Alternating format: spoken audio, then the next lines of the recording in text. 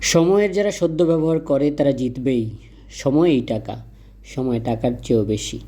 জীবনকে উন্নত করো, কাজ করো, জ্ঞান অর্জন করো, চরিত্রকে ঠিক করো, বসে থেকো না। কৃপণের মতো সময়ের কাছ থেকে তোমার পাওনা বুঝে নাও। 1 ঘন্টা করে প্রতিদিন নষ্ট করো, বৎসর শেষে গুণে দেখো অবহেলায় কত সময় নষ্ট হয়েছে। 1 ঘন্টা করে মাসে কত কাজ তোমার হয়েছে। তোমার কাজ দেখে তুমি নিজেই বিস্মিত হবে। প্রতিদিন তোমার চিন্তা একখানা কাগজে বেশি নয় 10 লাইন করে লেখো, দেখবে বছর শেষে তুমি একখানা সুচিন্তিত চমৎকার বই লিখে ফেলেছ। জীবনের ব্যবহার করো, দেখবে মৃত্যু তোমাকে কৃত্রিম নিশানা উড়িয়ে দিয়েছে। জীবন আলস্যে বিনা কাজে কাটিয়ে দাও, মৃত্যুকালে মনে হবে জীবনই তোমার একটা মিথ্যা অভিনয় ছাড়া আর কিছুই হয় নাই। একটা সীমাহীন দুঃখ ও হাহুতাশের সমষ্টি। জীবন শেষে যদি বলো জীবনে কি করলাম, কিছু হলো না, তাতে লাভ হবে? কাজের প্রারম্ভে ভেবে নাও তুমি কোন কাজের উপযোগী।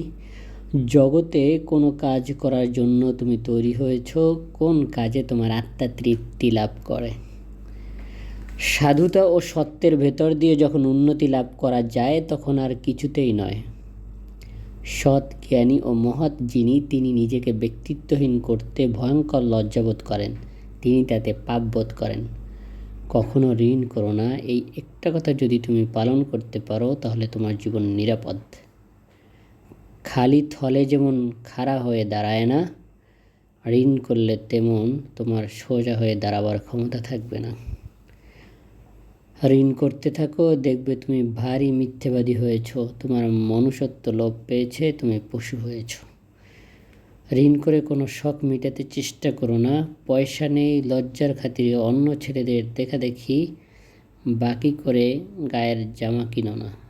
আফসোসে বলো আমার দরকার নেই, যা আছে তাই ভালো। যে মানুষ তোমার কাছে খুব ছোট, তার কাছ থেকে যদি তুমি টাকা ধার করে থাকো তাহলে তার সামনে তোমার সংকোচ একটু হবেই। মনের এই সংকোচবোধ স্বাধীন চিত্ত ভদ্রলোকের কাছে অসহ্য। ধার করা অর্থ জীবনকে দুঃখময় করে তোলে। যখন মনের মাঝে কোনো খেয়াল চাপে, সেই খেয়ালকে তুমি দমন করো। খেয়ালকে জয় না করতে পেরে বহু মানুষ এবং বহু পরিবার ধ্বংস হয়েছে। মন দমন করবার জন্য চরিত্র বল আবশ্যক। এই বল সাধনার দ্বারা লাভ করতে হবে। খেয়াল বা সুখকে যদি প্রশ্রয় দিতে থাকো তাহলে তুমি ক্রমশ দুর্বল হয়ে পড়বে। অপদার্থ মানুষের সমালোচনাকেও ভয় করবে কারা?